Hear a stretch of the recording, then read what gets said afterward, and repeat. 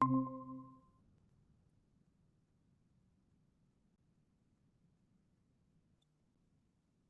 sudah. Saya kembali share screen ya.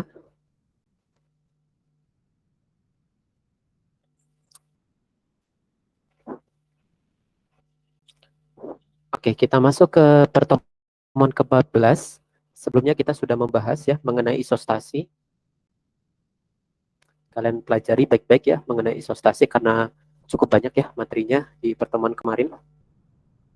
Untuk selanjutnya kita akan masuk ke tektonik ya, tektonik Indonesia Barat ya. Kita bagi menjadi dua untuk tektonik Indonesia. Bagian barat kita jelaskan di pertemuan ini, sedangkan bagian timur yang lebih kompleks akan kita jelaskan di pertemuan berikutnya ya, di pertemuan akhir. Nah, khusus untuk tektonik Indonesia Barat kita akan masuk ke bagian Sumatera ya, khususnya ke bagian Sumateranya ya. Oke. Nah, kalau kita bicara subduksi Sumatera ya, subduksi Sumatera atau palung Sumatera itu merupakan bagian, hanya merupakan salah satu bagian dari sabuk konvergen ya, uh, atau ya batas konvergen dari tektonik yang memanjang dari depan Himalaya. Kalian bisa lihat dari sini ya, ini pegunungan Himalaya. Nah, batasnya itu dimulai dari sini, dari bagian depan Himalaya ke selatan sepanjang Myanmar, dilanjutkan ke Pulau Andaman. Ini adalah Pulau Andaman. Lalu kita lanjutkan dengan Pulau Nicobar ya, di sini ya, di bagian atas Pulau Sabang ya. Lalu ada Sumatera ya, baru Sumatera ya. Ini adalah palung Sumatera ya, atau Sumatera Trench ya. Lalu dilanjutkan ke Jawa. Jadi Jawa itu merupakan kemenerusan dari subduksi ini ya, subduksi besar ini ya. Jawa, lalu ke pulau-pulau Sunda seperti Sumba dan Timor, lalu dia melengkung ke arah utara dan berhenti sampai sana. Jadi sebenarnya subduksi Sumatera itu hanya salah satu bagian dari zona subduksi yang cukup besar ya, dari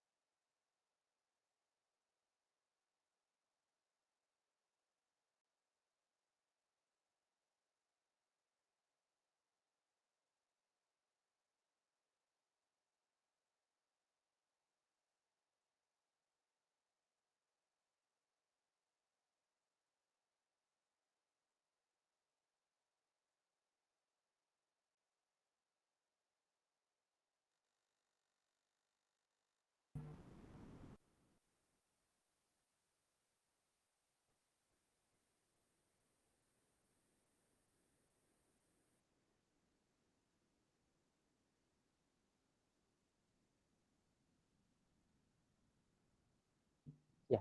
Kita lanjutkan, tadi ada masalah koneksi internet ya. Kita lanjutkan lagi. Di sini panah-panah ini ya, ada panah biru, ada panah kuning ya, ada panah merah gitu ya. Itu merupakan kecepatan relatif dari lempeng tersebut ya, kecepatan subduksinya ya. Kalau kita lihat di sini 50 mm per tahun ya untuk panjang segini ya. Nah, ini kita bisa lihat ya di gambar tersebut. Untuk detailnya kita lihat di slide berikutnya saja ya, bahwa subduksi Sumatera sendiri ya eh, mempunyai arah subduksi yang miring ya. Kalau kita lihat berdasarkan arah subduksinya ya, eh, dia tidak tegak lurus ya.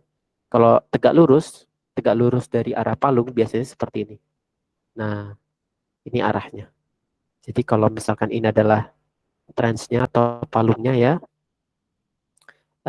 arah penujamannya setidaknya tegak lurus. Nah, itu kita sebut dengan subduksi yang tidak miring ya. Kalau subduksi yang miring kita bisa lihat seperti ini nih ya. Antara arah subduksi dan palungnya dia tidak tegak lurus ya, seperti itu. Nah, um, karena bentuk batas lempeng yang melengkung ya, kalau kita lihat dari selatan Jawa itu searah dengan lintang ya, tapi lama kelamaan kalau kita lihat ke arah Sumatera itu semakin melengkung ke arah utara ya. Nah, akibatnya subduksi yang berada di Sumatera itu jauh lebih miring dibandingkan dengan Jawa. Jawa cenderung memiliki subduksi yang tegak lurus dengan arah palungnya ya. Oke. Nah, sehingga melengkungnya ini akan merubah strike-nya ya, akan merubah strike-nya. Kita tahu ya bahwa zona subduksi di bagian atas itu merupakan eh, zona konvergen ya antara lempeng satu dan lempeng yang lain ya, sehingga kita sebut dengan megatrust ya. Nah, pada megatrust itu pasti memiliki strike ya, dan strike-nya berubah dari ke arah cenderung ke arah barat hingga cenderung ke arah utara ya, seperti itu. Oke. Nah, ini zona subduksi ini merupakan hasil dari apa? Hasil dari konvergen apa? Ya, kalau kita sering baca ya atau sering mendengarkan di pertemuan sebelumnya atau di mata kuliah yang lain ya, zona subduksi yang ada di barat Sumatera ini ya merupakan hasil dari interaksi sederhana ya antara lempeng Indian Australian dan lempeng Eurasian atau lempeng Sunda ya.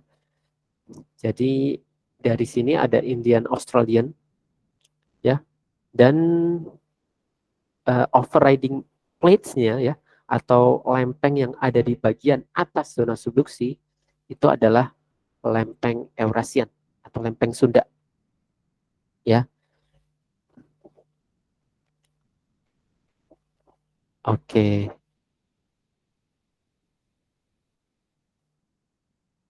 Nah, zona subduksi ini ya karena arah pergerakannya yang miring tadi ya, sehingga menghasilkan banyak sekali zona patahan ya yang terbentuk ya dibandingkan dengan Jawa. Kalau Jawa kita lihat ya dia cenderung tegak lurus dengan strike-nya cenderung ke arah barat. Oke. Um, Sedangkan Sumatera dia sudah memiliki subduksi yang miring ya, sehingga dia punya gaya geser ya yang semakin besar ya, atau shearing stress ya yang besar di sini ya.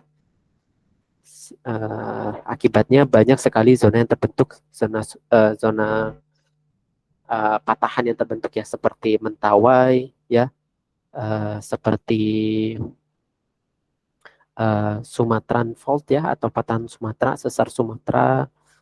Ada lagi Bate Fault ya atau patahan atau sesar Bate ya yang di barat Toba ya, yang di barat Sumatera Utara dekat dengan Simelwe ya, di atas Nias ya. Itu sudah terpisah dari Mentawai ya. Mentawai itu sampai Siberiut ya, sebelum Batu ya, sebelum Pulau Batu ya. Oke. Lalu Nias dan Batu mempunyai ya segmen sendiri ya, segmen patahan sendiri ya, yang terpisah dari Mentawai ya. Kalau kita lihat di sini ya. Sedangkan Aceh ya, Aceh memiliki uh, West Andaman Fault ya atau patahan Andaman Barat yang bisa kita lihat di sini. Dan juga terusannya itu adalah Mergui Basin ya di sini ya, dan Sagaing Fault ya. Ini kita bisa lihat Sagaing Fault ya.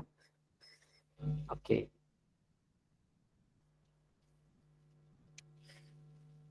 Nah, patahan ini juga sebagai batas ya antara daerah forak ya atau daerah busur depan dan daerah busur belakang ya. Karena patahan yang ada di Sumatera ini, ya patahan Sumatera ya maksud saya, patahan Sumatera ini dekat dengan zona-zona magmatik ya, sehingga kita bisa lihat di depan faultnya atau di sebelah barat patahan Sumatera itu adalah daerah Foak ya, atau cekungan depan, sedangkan bagian belakangnya atau bagian timurnya merupakan cekungan belakang ya, atau kita sebut dengan back arc ya, seperti itu. Oke,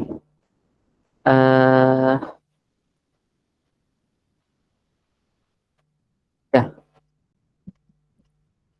kalau kita lihat sendiri ya, karena ini menerus ya, seperti itu ya, kita bisa anggap daerah yang ini, bagian daerah ini itu merupakan uh, daerah yang disebut dengan sliver plate ya. Nanti kita lihat ya.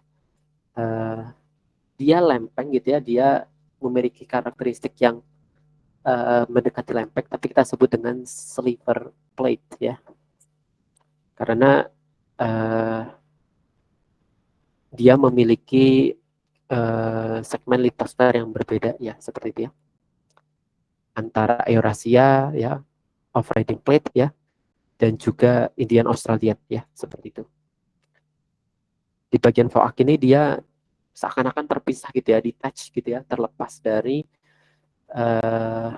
Eurasia, lempeng Eurasianya ya, kalau kita lihat ya, sehingga kita bisa sebut dengan lempeng ya. Nah, untuk penamaannya, penamaan untuk lempeng bagian depan ini ya, yang di daerah Forak ini, kita sebut dengan Sumatran Forak Plate ya, atau lempeng busur depan Sumatera. Namun kalau kita lihat lempeng busur depan Sumatera ini dia tidak menerus sampai Myanmar ya.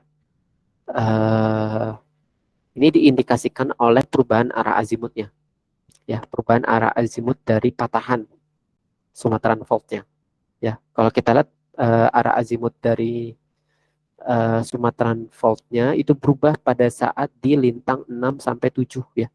Yang sebelumnya seperti ini ya, yang sebelumnya ke arah barat laut ya, berubah ke arah utara ya, berubah ke arah utara ya.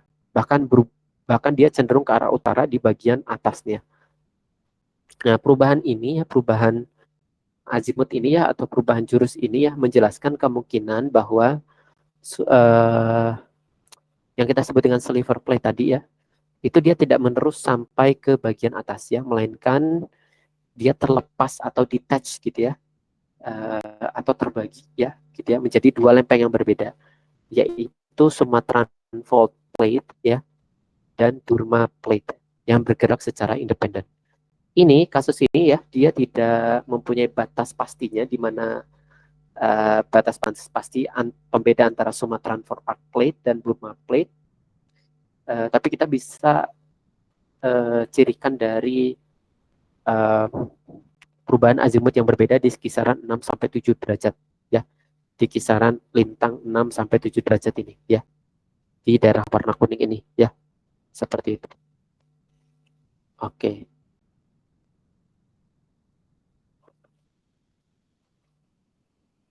Nah,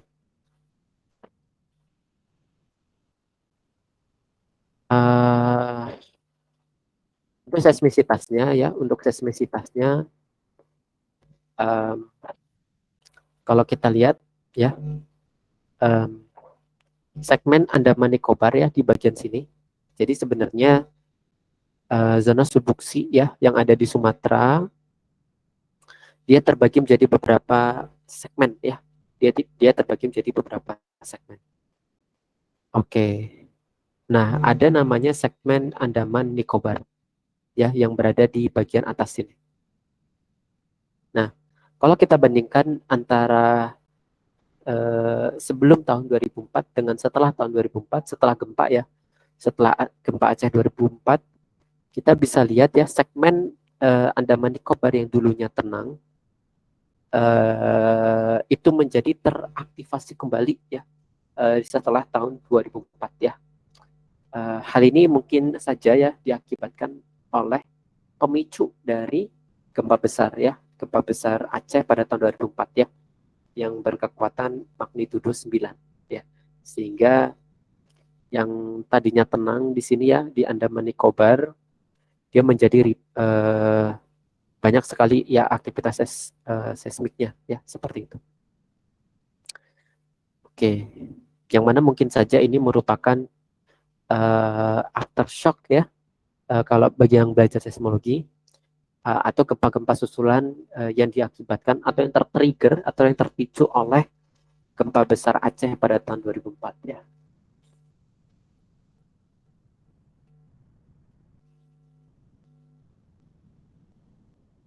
Selain mengaktifasi segmen Andaman Nicobar yang dulunya tenang, gempa Aceh ya,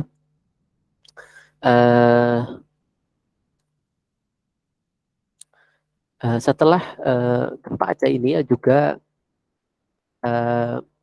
men-trigger ya segmen-segmen lainnya ya, seperti daerah Nias, daerah Batu, dan daerah Mentawai ya.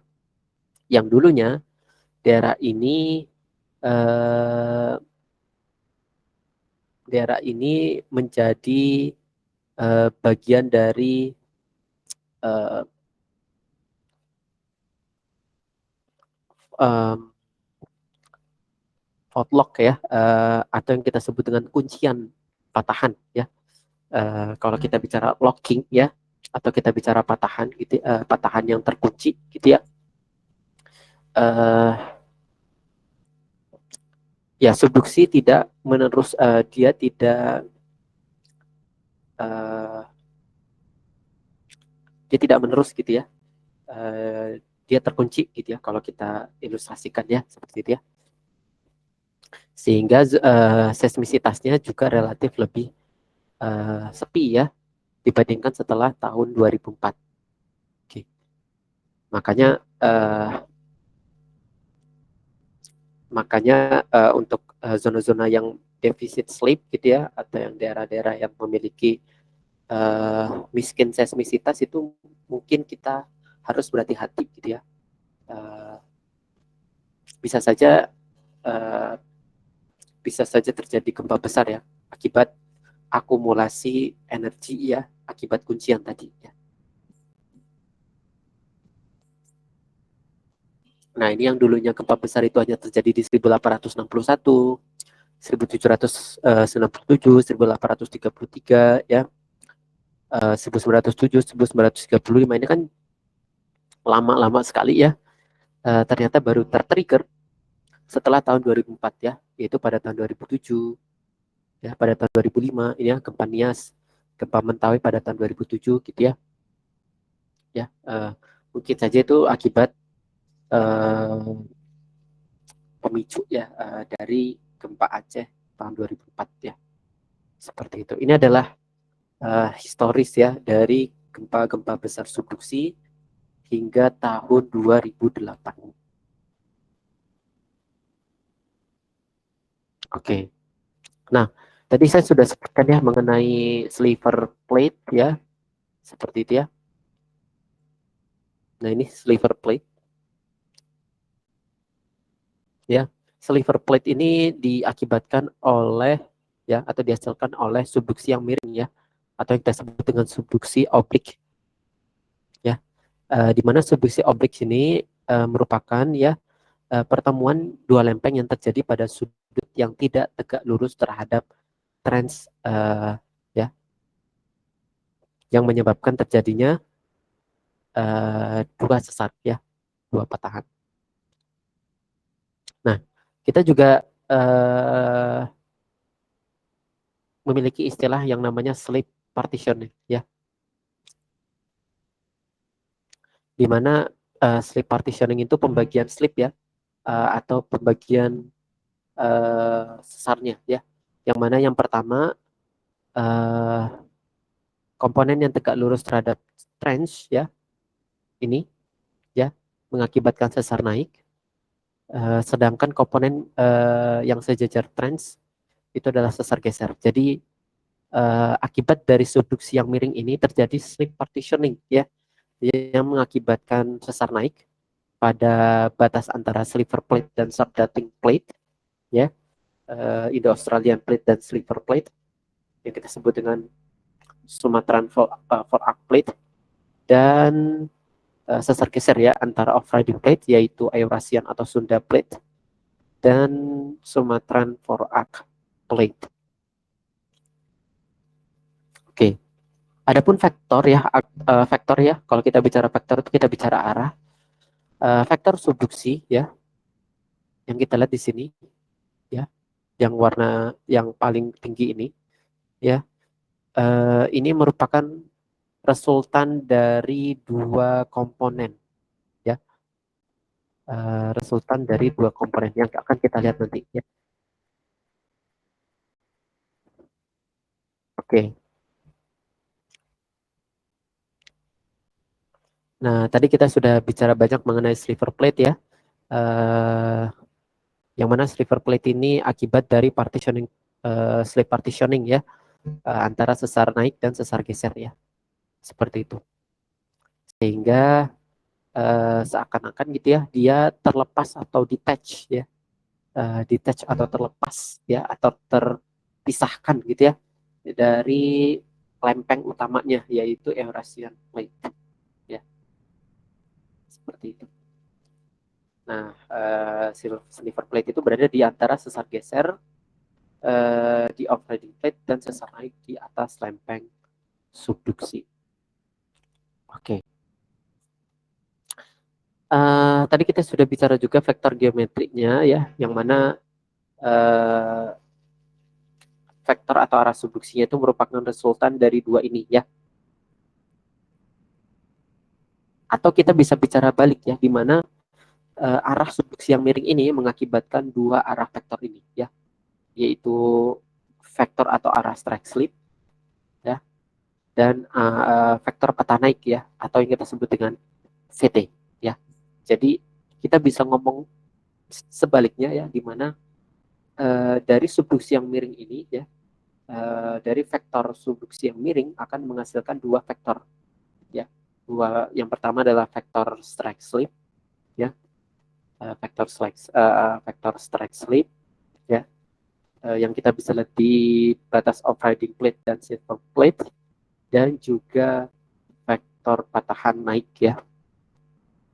Oke. Nah, ini mengenai subduksi Sumatera ya. Jadi ternyata kalau kita lihat secara lebih detail ya, subduksi Sumatera itu ternyata cukup menarik ya, di mana karena hasil slip partitioning akibat subduction yang miring ya, mengakibatkan terbentuknya sliver plate atau yang kita sebut dengan Sumatran Forak Plate ya kalau berada di Sumatera ya. Seperti itu. Yang mana sliver plate ini ya berada di antara sesar geser di batas Off-Riding Plate yang kita sebut dengan Eurasian atau Sunda Plate, dan juga Subducting Plate ya, dari Indo-Australian ya, yang mengakibatkan sesar naik ya. Oke. Itu mengenai subduksi Sumatera. Ada yang mau bertanya? Izin bertanya, Pak. Oke, Santa, silakan. Tadi kan Pak udah ada jenis patahan Mergui Basin sama Sagaing Fault. Nah itu Pak kan bisa dijelasin dulu nggak Pak jenis patahannya itu gimana dan pengaruhnya ke subduksi atau ke pergerakan lempeng itu Pak? Soalnya tadi kurang paham. Oh ini ya, Sagaing Fault ya. Iya yang Mergui Basin sama yang Sagaing Fault Pak.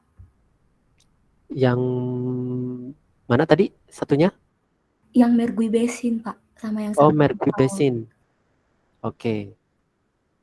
Ya, ya Mergui Basin ini sebenarnya tempatnya saja ya di daerah sini. Jadi Sagyang Fault ini ya, kita bisa lihat Sagyang Fault ini menerus ya dari atas Myanmar terus sampai sini ya, di titik ini. Nah, di titik ini ya. Dan ini di yang kita sebut dengan Mergui Basin, dia bukan patahan ya. Kalau kita lihat ini merupakan zona divergen ternyata ya, adalah zona divergen di daerah sini. Ya, lalu patahannya itu berlanjut dari sini, dari titik ini, ya, terus ke bawah. Ya, ini sebenarnya yang lebih benar itu adalah yang ini ya gambarnya ya. Kalau yang ini saya rasa nggak terlalu kelihatan ya bentuknya yang seperti ini. Ya, nah sebenarnya ini bercabang ya, lalu menyatu lagi di sini ya patahannya. Oke, ya. Dan patahan-patahan ini ya, atau patahan dari Sumatran Fault ini ya merupakan konsekuensi ya, konsekuensi dari subduksi yang miring ya. Tadi kita sudah bicara mengenai Sagaing Fault, mengenai apa? Nah ya, mengenai slip partitioning ya, mengenai slip partitioning ya, di mana subduksi yang miring itu mengakibatkan dua sesar ini ya, mengakibatkan terjadinya dua sesar ini. Yang pertama sesar naik di batas sliver plate dan subducting plate, dan juga sesar geser di off-riding dan sliver plate ya. Seperti itu Santa.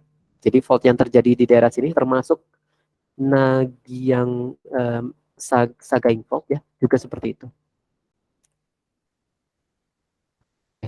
Itu Santa. Jadi Mergui Basinnya bukan ini ya Pak, jadi itu zona divergen ya Pak, bukan jenis patahan. Bukan, dia jenis divergen. Oh jadi karena ini tuh Pak, jadi mengakibatkan dua sesar ya Pak, jadi sesar naik sama sesar geser. Ya, akibat subduksi yang miring tadi ya.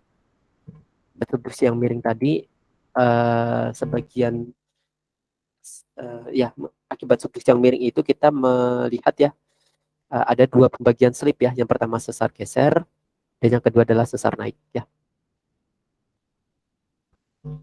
Sehingga diantaranya itu kan kayak terbentuk ini ya, kayak terbentuk lempeng baru ya, seperti itu ya, karena dia terpisah, terlepas dari lempeng utamanya yaitu Eurasian Plate.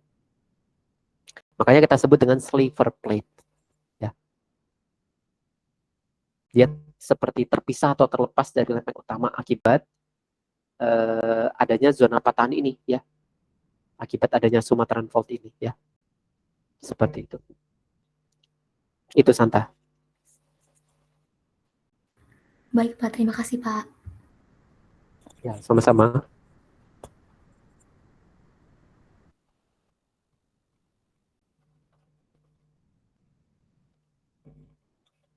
Oke, kita lanjutkan ya.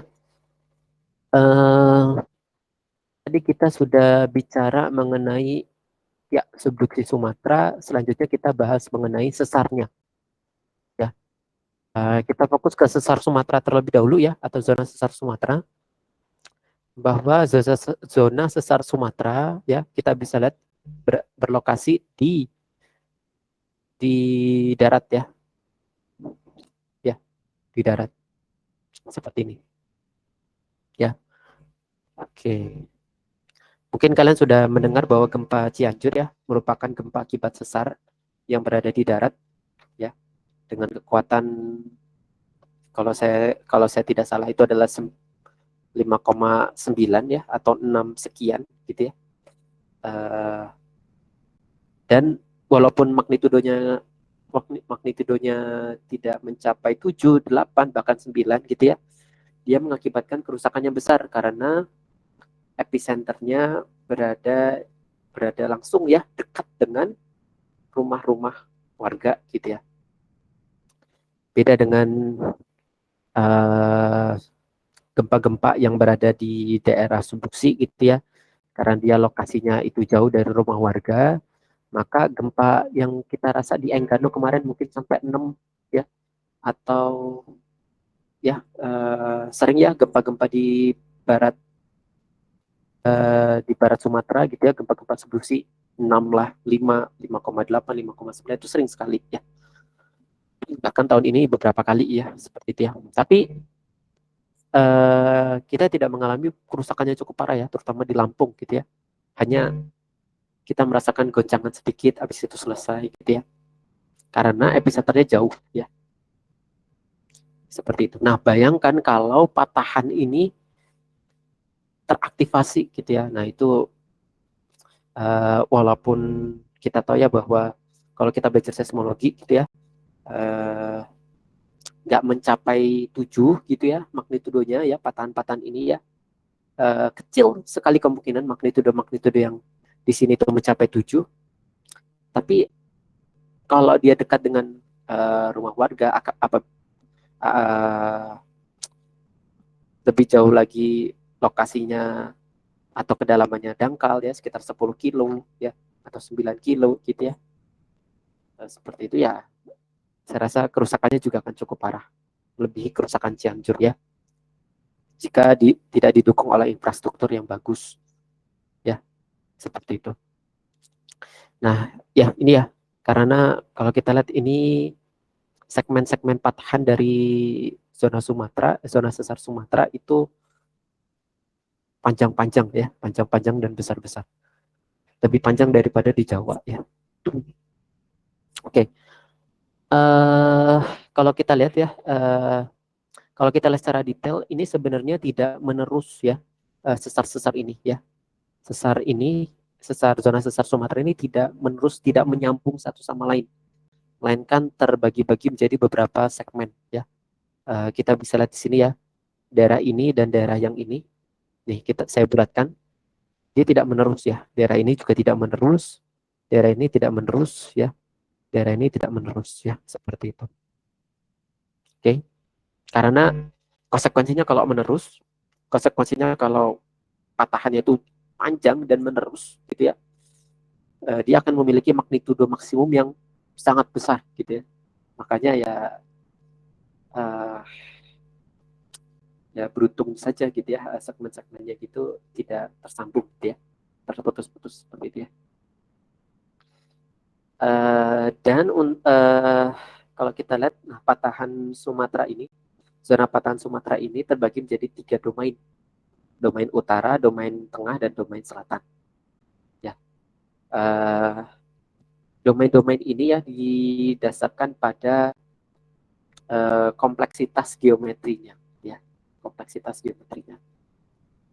Oke, untuk bagian selatan ini merupakan daerah dengan kompleksitas yang sederhana ya, bentuk yang sederhana dari patahannya, gitu ya, seperti itu. Oke, ini ini ya, di zona subduksi ya. Ini bukan di zona patahan ya, gempa dengan magnitudo 9 ya, di 1833 ya, ini salah. Ini maksudnya ya. Ya, jadi bukan di daerah patahan ya. Nanti jadi catatan kalian saja ya. Soalnya sudah saya kirim. Ya materinya. Oke.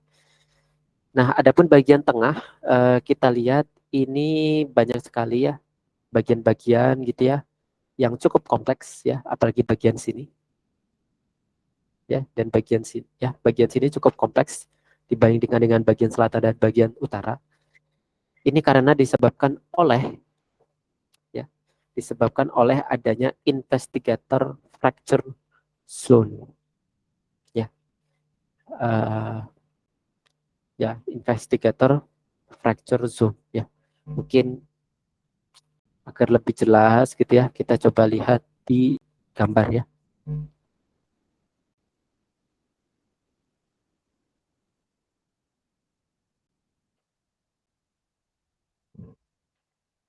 Oke ya, investigator fracture zone ya. Ini ada di Sumatera ya. Nah, mungkin lebih jelasnya di sini ya. Coba kita buka.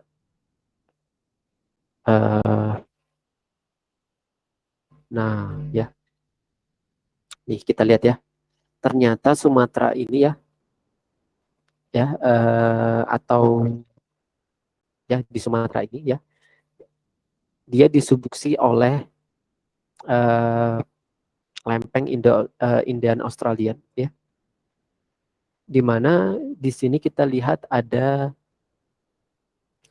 investigator fracture zone atau zona rekahan yang berada di lantai samudra. Nah, zona rekahan di lantai samudra ini membagi lempeng Indian Australia menjadi dua bagian ya. Kalau kita tinjau dari Sumatera ya, ada yang bagian barat dan ada yang di bagian timur ya. Dan ternyata ya berdasarkan beberapa penelitian yang sudah pernah saya baca, penujaman untuk daerah barat dan daerah timur itu memiliki kecepatan yang berbeda dan umur batuan yang berbeda ya. Kalau tidak salah ya, di bagian barat ya dia memiliki umur yang relatif lebih tua dibandingkan dengan bagian barat ya. Bagian timur memiliki umur yang lebih tua dibandingkan dengan bagian barat ya. Ya seperti itu, sehingga nanti mekanisme penujamannya itu akan sedikit berbeda gitu ya. Tapi kita tidak bahas di sini. Tapi yang perlu kalian ketahui bahwa lempeng yang menujam di bawah Sumatera ada sebuah rekahan gitu ya, rekahan yang memanjang ya, yang kita sebut dengan investigator fracture zone ya di daerah sini. Dan ini menerus kalau kita lihat ya, kalau kita teruskan ini menerus sampai Toba ya, kalau kita teruskan ya arahnya gitu ya, kalau kita teruskan arahnya itu coincidence gitu ya, bertepatan dengan lokasi Toba ya. Nah, mungkin saja ya investigator fracture zone ini menyumbang pengaruh yang besar gitu ya untuk menghasilkan Toba super volcano pada zaman dahulu gitu ya. Sehingga menghasilkan eksplosif yang cukup besar ya pada zaman itu. Ini masih diteliti ya mengenai kemungkinan kemenerusan fracture zone ya. Karena penelitian ini menimbulkan debat ya, debat di kedua sisi gitu ya. Ada yang menyatakan bahwa rekahan ini atau patahan ini sampai merobek slab yang berada di dalamnya ya, akibat rekahan fracture zone yang menerus ke dalam ya. Kalau subduksinya menerus ke dalam gitu ya, ya punya indikasi bahwa slabnya robek gitu ya, slabnya robek atau terbagi menjadi dua bagian di bawahnya gitu ya. Oke, ada juga yang menyatakan tidak gitu ya, makanya ini masih dalam tahap penelitian ya, dan tidak saya masukkan di sini ya. Oke, tapi itu yang perlu kalian ketahui ya. Oke. Dan Sumatran Fault Zone ini ya merupakan komponen strike slip pada slip partitioning ya. Kita sudah bahas mengenai slip partitioning, pembagian slip ya.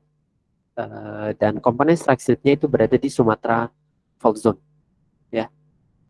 Dan ternyata zona patahan ini ya bertepatan dengan jalur gunung api ya atau Bukit Barisan. Memiliki panjang 1.900 km membentang sepanjang Pulau Sumatera total ya. Kita tidak bicara segmen-segmen kecil-kecilnya gitu ya, tapi kita bicara total panjangnya dari selatan Sumatera sampai utara Sumatera gitu ya. Itu sepanjang 1.900 km. Dan pergerakannya itu murni strike slip dextral. Ada yang tahu dextral itu ke arah mana? Ada yang bisa berpendapat? Ada? Apa sudah lupa mengenai dextral, sinistral ya?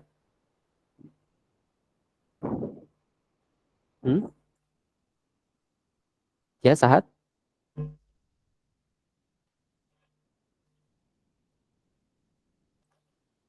Kanan, Pak. Oh, siapa namanya?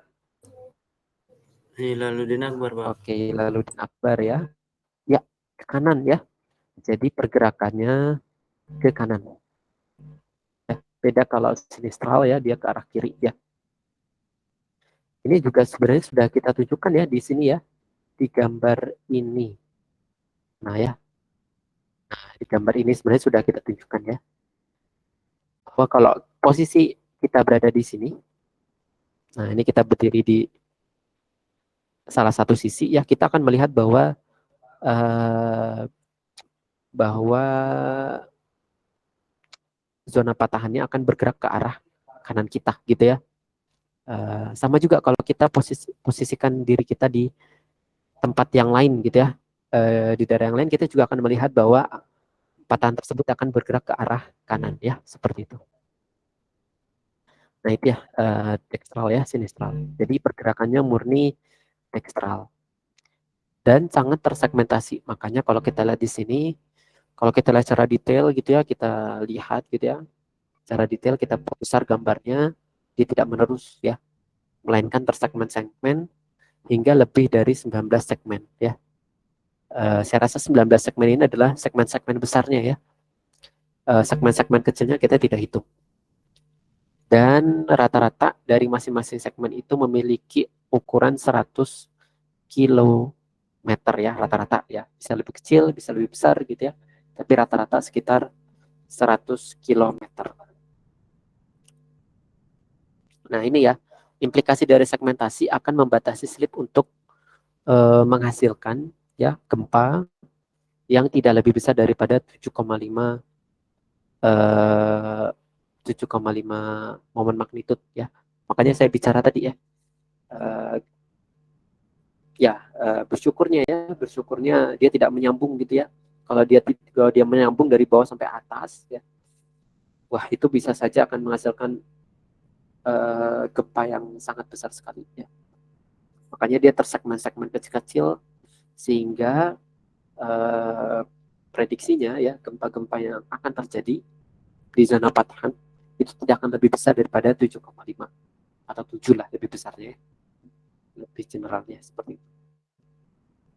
Tapi yang perlu kita ketahui bahwa patahan tersebut karena berada di darat dekat dengan rumah warga, kemungkinan gempanya juga berada di daerah yang dangkal. Wah itu dengan gempa-gempa yang contoh aja di Cianjur ya, gempa dengan magnitudo 5,9 atau 6 itu sudah menimbulkan kerusakan kalau tidak diimbangi dengan infrastruktur yang bagus ya, seperti itu.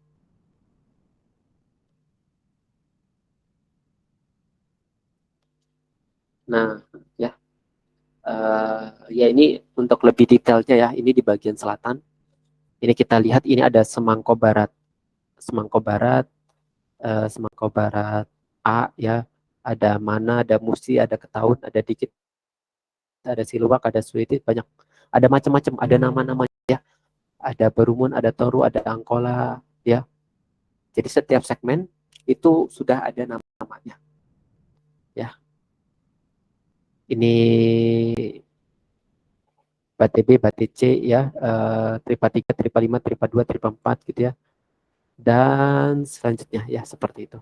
Jadi setiap segmen itu nanti kalian tinggal lihat saja di kalau nggak salah Puskin ya, Pusat Studi Gempa Nasional, saya rasa ada segmen-segmen ini. Atau kalian bisa baca di publikasinya Siah Natawijaya ya pada tahun 2000 ya,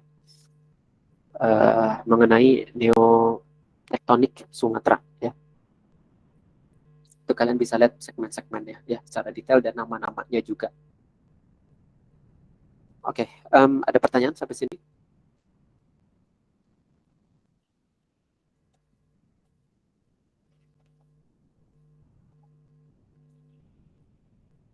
Nggak ada, kita lanjutkan ya. Oke, adapun kita lihat di sini ada namanya Voakrich ya, atau punggungan busur depan. Ya, punggungan busur depan ya. Karena di bagian Voak ya, ternyata ada tinggian yang terbentuk. Tinggian yang terbentuk ini merupakan hasil dari accretion prism ya, atau prisma akresi. Kalian bisa lihat saja di ilustrasinya yang mengenai posisi prisma akresi itu di mana. Dan Voakrich atau punggungan busur depan ini merupakan daerah non-vulkanik ya.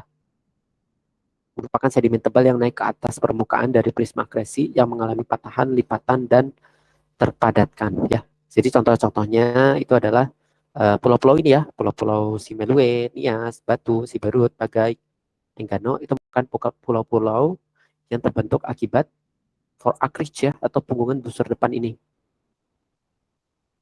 Ya. Nah, semakin tebal di prisma akresi dimungkinkan hasil endapan sedimen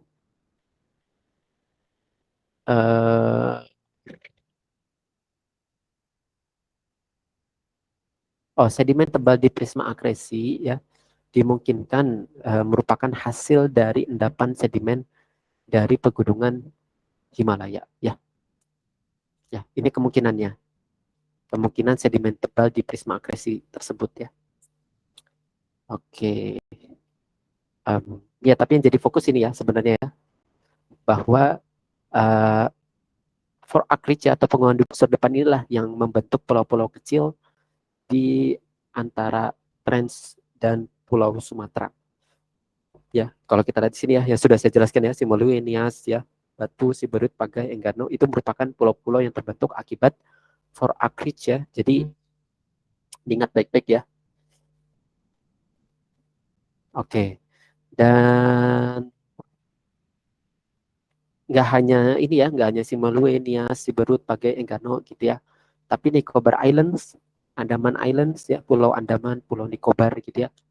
Itu juga merupakan hasil dari Forak Ridge ya, seperti itu. Oke. Nah, ini mengenai Forak Ridge ya.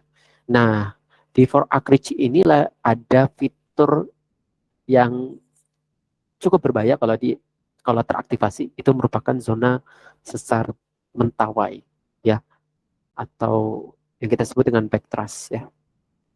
Oke.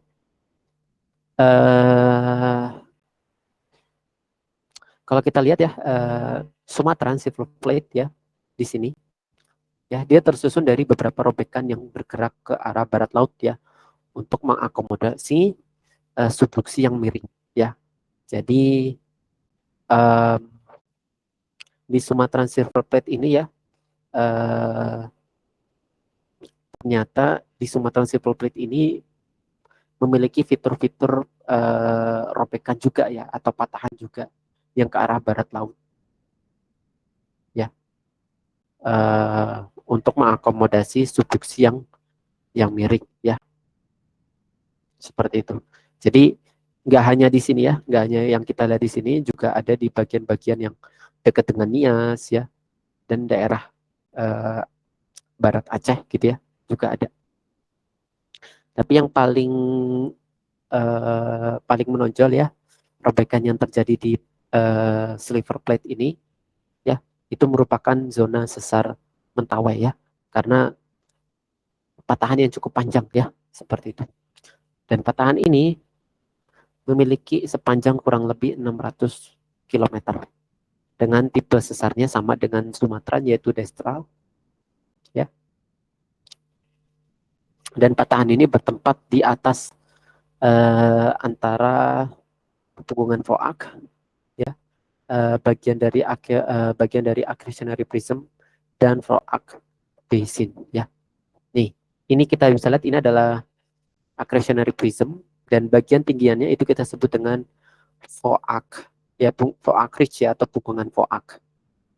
Dan Mentawai fault zone atau zona sesar Mentawai inilah yang membagi ya antara daerah accretionary prism ya, atau Foak ridge, dan daerah Foak basin yang kita bisa lihat di sini.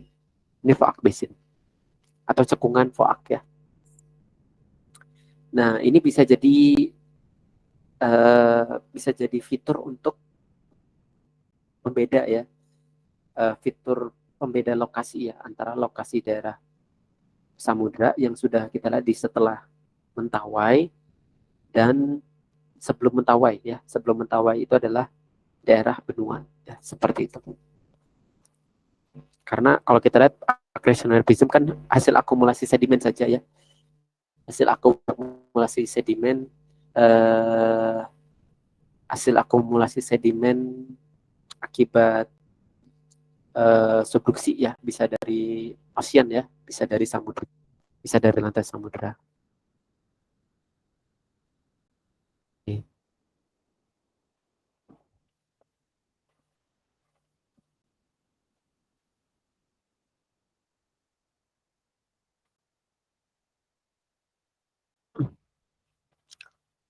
Nah ini kalau kita lihat secara Google Maps, ya saya rasa juga kelihatan ya mengenai patahannya. Nah kita lihat di sini ya, ini kelihatan ya mengenai patahan gitu ya yang terlihat di sini. Oke.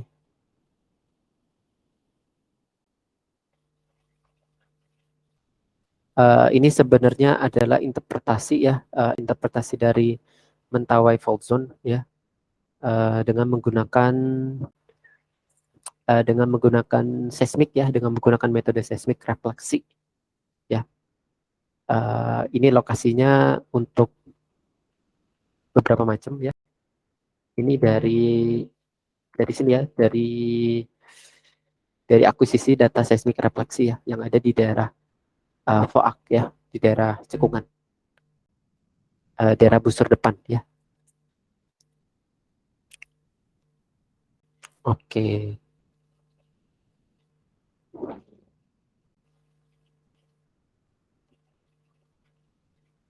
Nah, adapun gempa yang terjadi ya, adapun gempa yang terjadi akibat sesar Mentawai sebenarnya cukup sulit ya, cukup sulit dibedakan dengan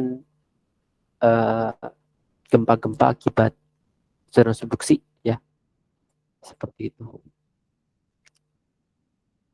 Ya, mungkin saja ini daerah-daerah ini ya, ini merupakan sesar-sesar akibat gempa-gempa akibat sesar Mentawai ya. Sedangkan bagian yang ini ya, itu merupakan gempa-gempa akibat subduksi ya, akibat megatrust. Seperti itu. Cuma realitanya untuk membagi ini itu cukup sulit ya. Kecuali memang posisi fokusnya, titik fokusnya, posisi epicenter itu dekat dengan permukaan ya. Itu bisa kita bedakan. Kalau posisinya itu dekat sekali dengan zona subduksi, kita nggak tahu ya ini akibat zona subduksi atau akibat dari patahan Mentawai. Oke. Nah, tapi yang jelas patahan ini ya kalau teraktivasi juga cukup berbahaya ya, seperti itu. Mungkin itu ada yang mau ditanyakan? Kalau tidak ada, sudah selesai ya sebenarnya materinya. Materinya cukup simpel ya, karena materi berat-beratnya sudah selesai di pertemuan 9 sampai pertemuan 13 sampai isostasi ya. Jadi untuk pertemuan 14 dan pertemuan 15 kita akan lihat ya secara konteks di Indonesia seperti apa ya, tektoniknya, geodinamikanya seperti apa ya. Oke. Nah, untuk pertemuan besok ya kita akan lakukan kuis. Ya, kita akan lakukan kuis. Nanti kita sepakati apakah di jam yang sama dengan geodinamika kelas D atau terpisah gitu ya. Nanti kita akan diskusikan lebih lanjut, tapi yang kalian ketahui ya, kesimpulan sementara gitu ya, kesimpulan sementara akan dilakukan secara terpisah ya di jam kelas ya, di jam kelas ini ya. Kita akan lakukan kuis.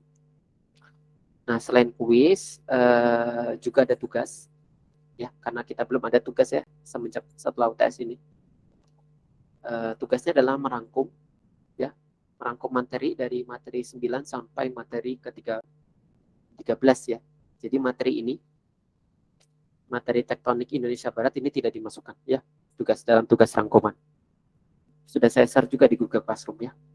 Adapun rangkumannya ya, yaitu minimal 1 halaman ya, maksimal 2 halaman lembar HPS atau lembar folio juga boleh ya, untuk setiap pertemuan ya. Jadi kalau ada 5 pertemuan ya, dari pertemuan 9, 10, 11, 12, 13 ada 5 pertemuan ya. Jadi ada 5 halaman ya, minimal dan maksimal 10 halaman. Itu tugasnya, tugas rangkumannya. Ya, sebelum, dan itu dikumpulkan sebelum UTS, sebelum ini ya, sebelum kuis ya. Oke, sebelum kuis.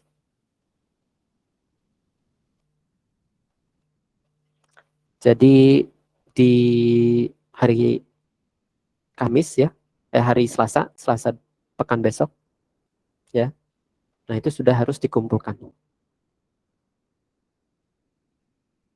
Oke, ada yang mau ditanyakan mengenai tugas maupun kuis?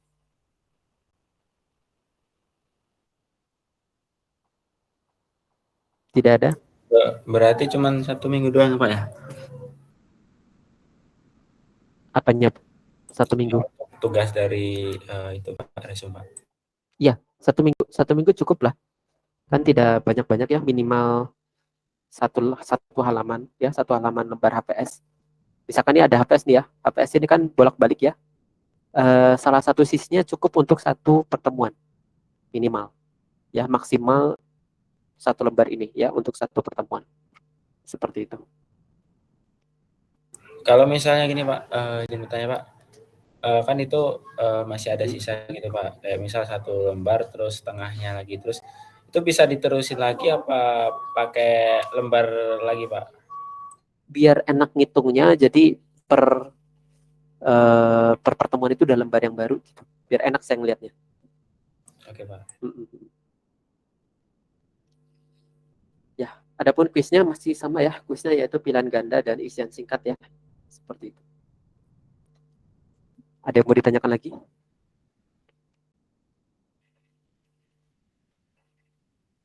Atau ada yang belum absen? Ada Pak, Amsal Pak. Amsal. Amsal Riki. Oke, ada lagi? Afido Iksan Pak. Saya juga Pak, Fatih Putra Pak. Fatih Putra, ada lagi? Izin Pak, Afido Saya Iksan Pak. Pak. Ido ya? Iya Pak, Afido Iksan Pak. Terima kasih Pak. Ada lagi? Saya Pak Ilham Dwi Arisandi Pak. Ilham. Oke. Iya, Ada Pak. lagi? Saya Pak Muhammad Fajar Kinadi Pak. Muhammad Fajar. Ya, ada lagi? Tidak ada? Kalau tidak ada, kita tutup ya pertemuan kali ini. Terima kasih banyak. Jangan lupa belajar. Kita akan lakukan kuis pekan depan. Saya akhiri. Assalamualaikum warahmatullahi wabarakatuh.